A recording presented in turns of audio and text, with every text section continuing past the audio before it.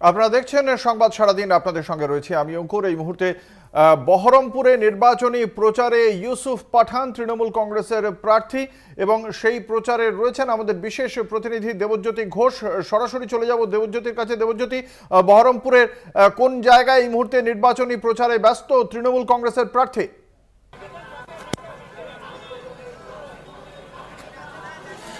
দেখো, আর কিছুক্ষণের মধ্যেই বেলডাঙ্গা মোড় থেকে প্রচার শুরু হবে তৃণমূল কংগ্রেসের। এই রোড শোটি কিন্তু বেলডাঙ্গা থেকে কাজীসাহ পর্যন্ত যাবে। অত্যন্ত রাজনৈতিকভাবে গুরুত্বপূর্ণ একটি লোকসভা কেন্দ্র। এই লোকসভা থেকে বারবার 5 বার নির্বাচিত হয়েছেন কংগ্রেসের সাংসদ অধীর চৌধুরী।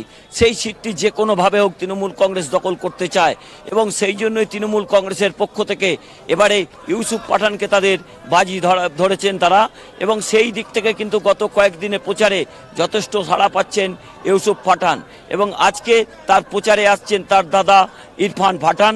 ইতিমধ্যে তৃণমূল কংগ্রেসের পক্ষ থেকে অভিষেক বন্দ্যোপাধ্যায় গতকাল রোড শো করেছেন, এবং আজকের এই রোড শো কর্মসূচি অত্যন্ত রাজনৈতিকভাবেও গুরুত্বপূর্ণ, কারণ তৃণমূল কংগ্রেস এই সংখ্যালঘু অধ্যুষিত এই আসনটি জিততে চায়। প্রায় 64% এখানে সংখ্যালঘু ভোট রয়েছে। সেই জায়গাতে তৃণমূল কংগ্রেস একটি সংখ্যালঘু জাতীয় স্তরের মুখকে তারা সামনে এনেছেন, কারণ এবার নির্বাচন অত্যন্ত তৃণমূল কংগ্রেসের কাছেও অত্যন্ত গুরুত্বপূর্ণ। আমরা এই মুহূর্তে আমার ক্যামেরা পার্সনকে দেখাতে অনুরোধ করব সেই ছবি, যে তৃণমূল কংগ্রেসের পক্ষ থেকে আজকের কর্মসূচি তারা কি বলছেন। একজন নেতা, তার সঙ্গে আমি কথা বলবো। এই মুহূর্তে তৃণমূল কংগ্রেসের একজন নেতা রয়েছেন, তার সঙ্গে কথা বলবো। আপনাদের আজকের এই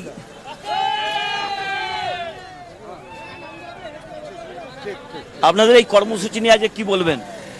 কর্মসূচি বলতে আজকে ইউসুফ পাঠান আর ইরফান পাঠান দুই ভাই আজকে বেলডাঙ্গা আর রেজিনগরের একটা দুটো পার্ট নিয়ে রোড শো হবে। রোড শোর পর আমাদের এটা বেলডাঙ্গা কনস্টিটিউয়েন্সির মধ্যে পড়ে, যার এমএলএ হাসানুজ্জামান, এবং এর পরে যেটা যাবে বেগুনবাড়ি এবং কাপাসডাঙ্গা অঞ্চল, সেটা হচ্ছে রেজিনগর বিধানসভা এমএলএ রবিউল আলম চৌধুরী।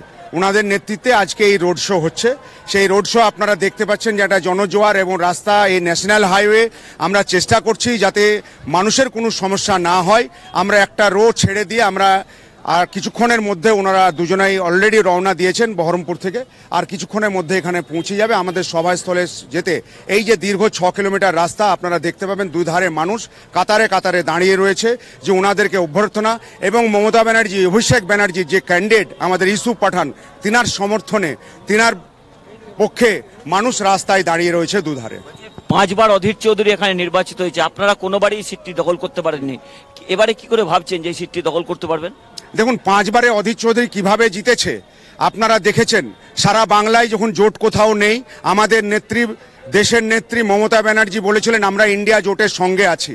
অধীর চৌধুরী তিনি নিজেকে জিতার জন্য এখানে বামফ্রন্টের সঙ্গে, বিজেপির সঙ্গে আঁতাত করে দীর্ঘদিন ধরে জিতে আসছে।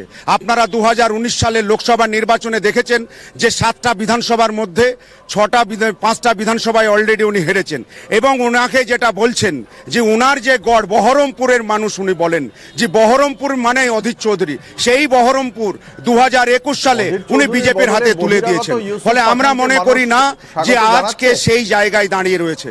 আমরা 2021 সালে লোকসভা বিধানসভা নির্বাচনে দেখেছেন 7টা বিধানসভার মধ্যে 6টা বিধানসভায় মানুষ মমতা ব্যানার্জির প্রতি আস্থা রেখেছে। তাই আগামী দিনে আমরা মনে করি যে এই রেজিনগর বহরমপুর লোকসভার মানুষ মমতা ব্যানার্জির প্রতি আস্থা রেখে, অভিষেক ব্যানার্জির নেতৃত্বের প্রতি আস্থা রেখে, আমরা যারা তৃণমূল কংগ্রেসের কর্মী, আমরা অধীর চৌধুরীকে এবার অন্তত 2.5 থেকে 3 লক্ষ ভোটে আমরা হারাবো, এই বদ্ধপরিকর আমরা।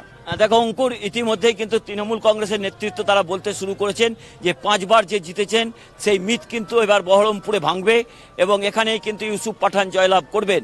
অত্যন্ত গুরুত্বপূর্ণ ইউসুফ পাঠানের সমর্থনে তার দাদা, আজকে তার ভারত বিখ্যাত ক্রিকেটার, তিনিও পথে নামছেন, ইরফান পাঠান।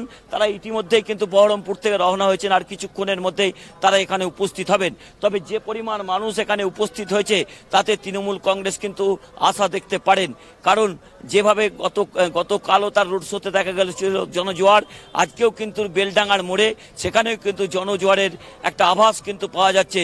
তবে বিরোধীরা বারংবার বলছে এই ইউসুফ পাঠান একদিকে যেমন নরেন্দ্র মোদীর হয়ে এবং ইরফান পাঠান দুজনেই নরেন্দ্র মোদীর হয়ে গুজরাট দাঙ্গার পরবর্তী সময়ে প্রচার করেছিলেন। পাশাপাশি এরা দুজনেই হিন্দি ভাষী এবং বহিরাগত। যে অভিযোগ বিজেপি কেন্দ্রীয় নেতৃত্বের দিকে তৃণমূল কংগ্রেস করে, ঠিক সেই একই অভিযোগ ইউসুফ পাঠানের বিরুদ্ধে করছে বাকি বিরোধীরা। সেটাকে রাজনৈতিকভাবে কিভাবে মোকাবিলা করছে তৃণমূল কংগ্রেস?